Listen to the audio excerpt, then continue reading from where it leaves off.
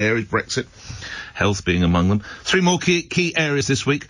We're going to talk about defence, we're going to talk about trade. First, let's talk about housing, because we've just been hearing from the Communities Housing Secretary, James Brokenshire, with some hopefully kickstart housing applications. Might have a view on that.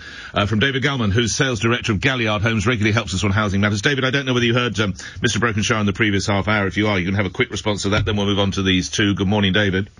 Morning, Nick. I missed it. I was in the gym. Sorry. Well, you need to be. Let me just tell you in a sentence. They're going to ease red tape. They're going to take away pressures. They're going to make house building easier for developers and others.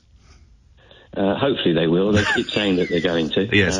But it kind of never seems to happen. Well, I read Mr. Brokenshire assurances from various senior Conservatives over the last 3 years, and we don't really seem to be any further forward. Right, let's talk about the top job. David Galman, from what you've seen, from what you've heard, Hunt v Johnson, who do you think would be better for the housing market across the whole of the country? Steady hand on the tiller. You've got to look at Jeremy Hunt. Boris, perhaps too much of a maverick for us. Hunt keeps telling everyone he's an entrepreneur. Well, let's see if he is. There's some figures that are a little bit skew with, because I'm no supporter of our current mayor, but when Boris was previous mayor, he will gladly tell you how many more properties he was able to bring to the market, both private and social.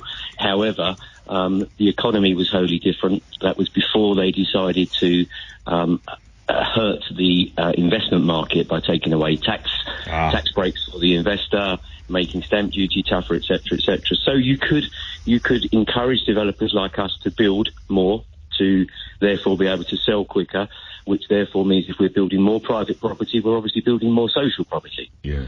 But once you can't do that, then the whole trickle-down effect doesn't work. What's the biggest hurdle to developers and developing at the moment, David? Every time I come on, Nick, I say planning, but it is the whole planning process. The fact that it takes so long to get a planning, even though they'll tell you they'll determine it in 13 weeks, they very, very rarely do. And even if they do determine planning quickly, which is all dealt with by NIMBYism councils, you end up with pre-start conditions that mean it's another year before you've got any chance of getting on site. They don't want you to sell to overseas investors. Well, if we don't sell properties before we start building, we can't get the funding to build them. So it's just a vicious circle that's never ending. And lastly, a word on the market currently. It's tough, but there are some green shoots. Help to Buy has been pretty good for most markets. The only thing Help to Buy has done is it's made everything that was £550 worth £600,000, everything that was £650 worth £600,000.